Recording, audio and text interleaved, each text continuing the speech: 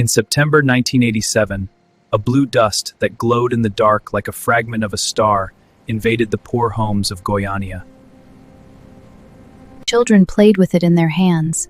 Adults kept it as a talisman, fascinated by the magic powder that emitted its own light. No one imagined that this glow was the lethal signature of Cs-137, a radioactive isotope that, once inside the body, spreads like potassium, irradiating cells from within. Within weeks, 4 people died in agony.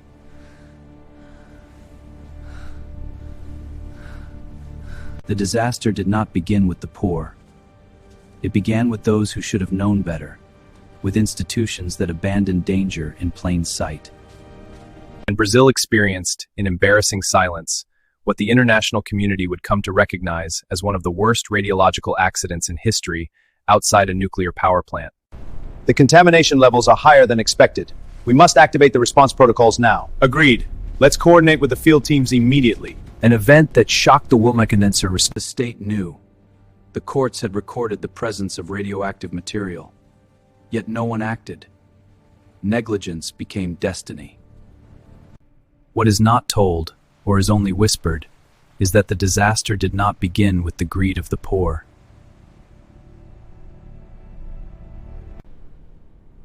It began with the irresponsibility of those who should have known better.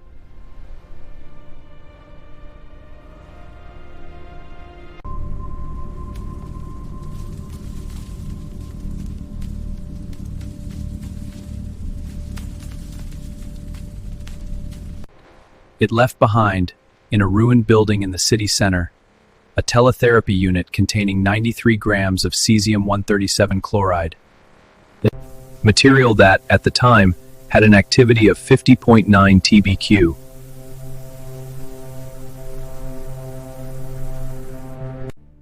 There was no safe dismantling. There was no rigorous notification to the National Nuclear Energy Commission (NEN) as required by the license. The property was in a judicial dispute. The state knew.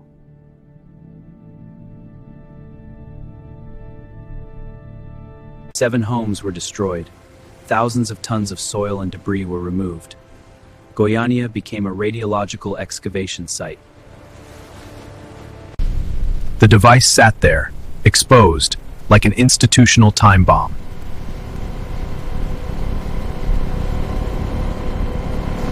Here lies the uncomfortable parallel with Chernobyl, which had occurred only a year and a half earlier.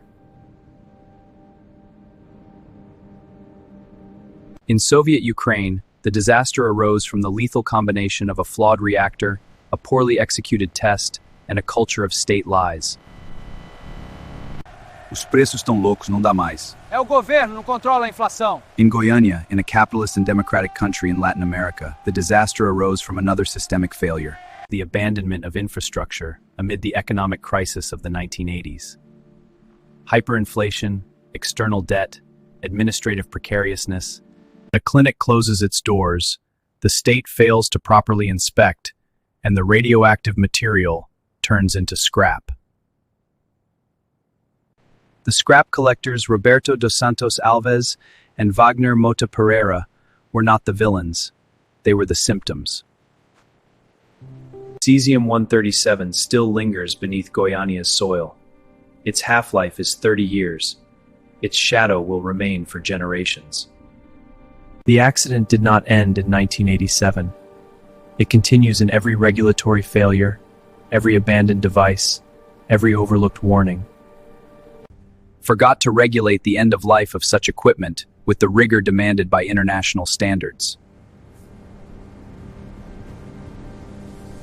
Cesium-137 does not forgive carelessness. It is soluble in water, volatile in powder form, and highly bioavailable.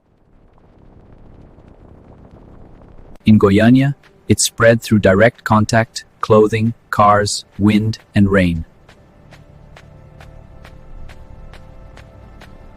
Devair Alves Ferreira's scrapyard became the epicenter. The owner, enchanted by the glow, distributed fragments to relatives and friends. 6-year-old Lady Das Neves Ferreira rubbed the powder on her body as if it were glitter.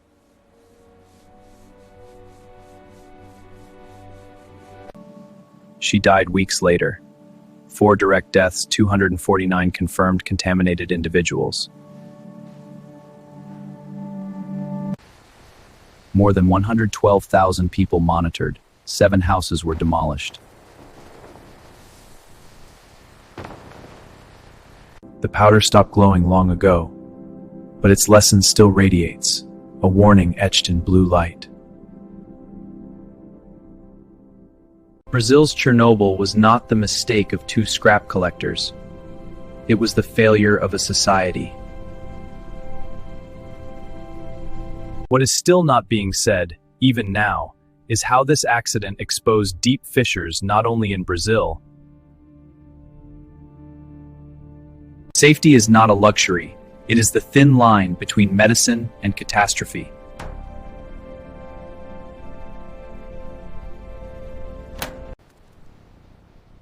It was not an Eletrobras power plant, it was a common medical device. In 1987, a fragment of false starlight entered Goiânia. It illuminated everything we failed to see. It showed how beauty can hide danger, can become tragedy, and how silence can kill. I want to assure the public that the situation is under control. Our experts are handling it. The accident raised questions at the time about the capacity to handle atomic waste outside the nuclear power sector. The data shows clear risks. Agreed, but the models are uncertain. And the question remains uncomfortable for the world. We need consensus. Because Cs-137 teaches one unforgiving truth. What we abandon does not disappear. It waits, it persists, it demands responsibility across generations.